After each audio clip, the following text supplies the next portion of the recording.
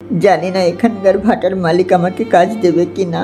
রাস্তায় ঘুরছিলাম, জুতো নেই পায়ে, দুদিন হলো এক মুঠো ভাত জোটেনি পেটে। আমি তো এমনিতেই হ্যান্ডিক্যাপ, শরীরটা চলে না ঠিক মতো। আর সমাজ, তারা তো চোখ ফিরিয়ে চলে যায়। এক একটা দৃষ্টি যেন তীর হয়ে বাঁধে বুকের ভেতর। তবু মরিনি, মরার আগেও যে বাঁচার লড়াইটা বাকি থাকে। দাদা কোনো চিন্তা করতে হবে না, স্যার আছে, স্যারকে বলে দিচ্ছি, ঠিক আছে? তোকে একটা ভালো কাজ, স্যারকে একটা কাজ দিতে।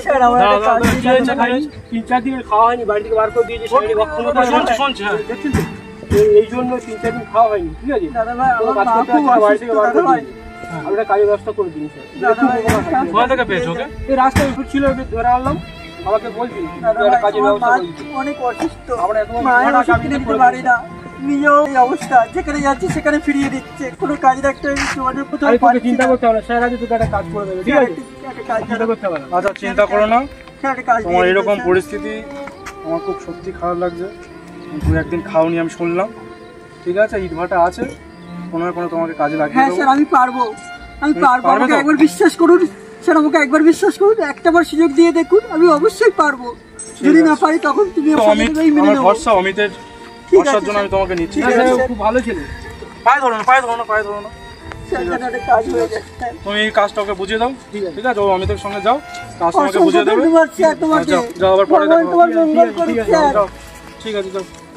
ইট ভাটার মালিকটা খুব ভালো মনের মানুষ। আমার কথা শুনে আমার কাজটা দিয়ে দিয়েছে। ভারী ভারী ইট বইতে হবে, জানি না আমি কিভাবে করব, কিন্তু তাও আমাকে পারতেই হবে। আমার অসুস্থ মাকে ওষুধ কিনে দিতে হবে।